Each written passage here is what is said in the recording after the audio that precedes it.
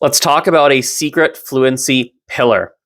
If you are familiar with my work, you already know that I have a few basic, really common sense pillars to become fluent in another language. And these pillars are listening, reading, and speaking. It really isn't rocket science. Listening, reading, and speaking. It is the most basic, most common sense approach that anyone could ever take to learning a language. If we dig a little bit under the hood, we can get a bit more specific, and we can say that listening and reading should be something we do on a daily basis. Even just 15 minutes a day is already like a very good option. And lastly, for conversation, people think it has to be every day or every week. People think it has to be a lot, but frankly, it doesn't have to be a lot. What my research has been finding over the past couple of years is that even just once or twice a month for half an hour makes a massive difference. So that's a basic, simplistic approach to reaching fluency in another language. But there is a secret fourth, let's even call it a roadblock. It's not even a pillar to fluency. It's actually a roadblock to fluency. And that roadblock is anxiety and nerves.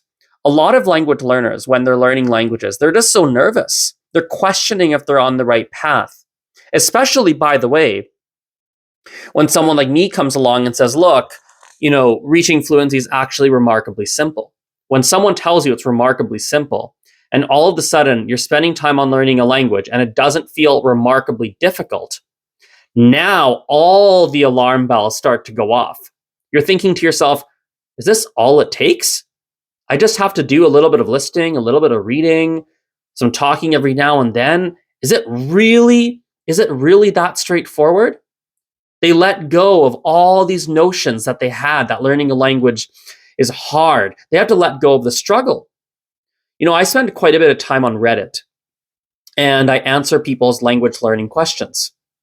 And the common theme that I see when I read language learning questions on Reddit is the amount of struggle that people are embracing. They're actually embracing a certain level of struggle. And I get it. I understand. Like that is me. I see myself in that in many aspects of my life. Even for languages, I've been doing this now for over 18 years. This has been my life, the core central pillar of my life for a very long time now, a very long time. And I get it. For the vast majority of my 18 years of being in this industry, in this field, I've also embraced the struggle. I've also thought, yeah, it's hard. You have to go to class and spend all these hours and really study and then go practice. Then you got to read and then you got to do language exchanges and do my intensive classes and travel and connect with native speakers and all this stuff. And this is the very first time, 2 years ago in 2023, when I started to work on my guaranteed fluency project. That's when it began dawning on me. It began dawning on me that learning languages actually may not really be that complex. It may not be that complex. And now the data is showing that to me over the past couple of years, that it's not that complex. It really isn't. And even my personal lived experience of learning Ukrainian has also been showing this to me. I'm not really struggling to learn Ukrainian. It's not crazy difficult. It's not hard. Like learning Spanish felt hard. Learning French even felt hard. Learning Mandarin definitely felt hard. Learning Ukrainian, I thought it would feel hard, and it doesn't. It doesn't feel hard. So the main pillars of fluency are common sense. We have our speaking, we have our listening, we have our reading. And you want to do a little bit of listening, a little bit of reading every single day, and then a little bit of speaking every single month. Okay? Now, what's that final barrier? Well, the final barrier is anxiety. It's anxiety and questioning. I've been noticing something in my research. I've been noticing that there is kind of an average rate of progress for different students. We can see this. I can see this as I look at people who are learning languages, and I'm tracking all their progress and their data and like watching them and observing them. I can see that there seems to be a pace that most people learn, right? A certain speed. But then there are other people who suddenly experience an inhuman, a superhuman a superhuman level of progress that is absolutely inexplicable. You think to yourself, how did this person go from beginner to intermediate in a week? How did that just happen?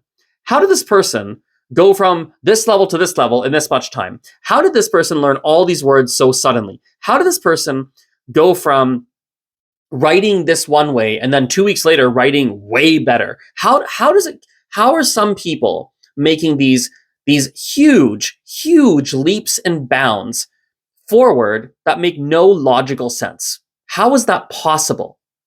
And I think what's happening, from what I can tell, and I need to keep paying attention to see, but from what I can tell right now, those people learn to relax. They learn to relax. They get comfortable with their tutor. They get comfortable with me. They get comfortable with the learning process. They learn that, okay, look, I just need to keep it really simple. Just keep it really simple. Embrace the process. Listen a bit, read a bit, talk a bit. It's not crazy. I don't need to stress out. And as soon as that realization hits, their fluency in all ways, grammar, speaking fluency, their pronunciation, like everything just skyrockets suddenly. I was telling someone earlier today, a Calgary language nerd student, and I was telling her that I've been thinking about this too, that I believe most people are probably twice as fluent as they believe they are. They're twice as fluent as they think, me included, by the way. When I look at my level in any language I speak, even my really fluent ones, French and Spanish, my two strongest languages, even in those languages, I'm probably twice as fluent as I come across, as I think I am, because we all have these mental barriers. And the more we learn to let go of those mental barriers, the more our fluency can shine through. The more it can shine through. One of the ways to bring that barrier down is to go through a ritualistic experience. A ritual. Humans are ritualistic beings. We are ritualistic creatures. So we have to go through a ritualistic experience. I know that sounds really weird. I get how that sounds. I'll explain using better words. But a ritualistic experience to psychologically bring those barriers down. My personal favorite, and for me personally, it's not for everyone, but for me personally, the ritualistic experience that has helped me to see a sudden burst of progress is a intensive burst. It could be by traveling abroad. It could be by doing an immersive, lots of study here locally in my city. It could be anything where I do lots and lots of study over a short period of time, 1 or 2 weeks, 3 weeks, as much as I can get in and just really study intensively, particularly with like listening and speaking in particular. Lots and lots of listening and speaking, maybe reading over a short period of time. And that almost symbolizes to my body, to my mind that, hey, Azran, you're doing really good work. It gives me a reason to believe. That's an interesting way to put it. It gives me a reason to believe that I've earned having a very fluent level. That's an excellent way to put it.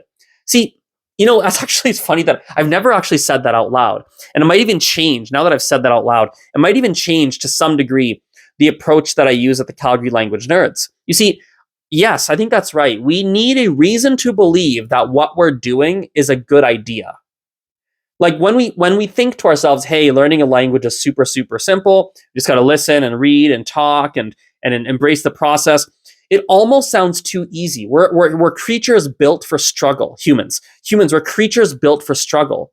And this will sound a little weird, but it's a more believable story for the human animal to say that we have to struggle hard to become fluent. That's an actual believable story that we can get behind, because we are a species that likes to struggle and work hard. We absolutely are. And so we can get behind the story if we have to work very hard. It's difficult to get behind the story of ease. We like it, it sounds nice, but it's hard to really get behind it and fully believe, right? Fully believe in such a story.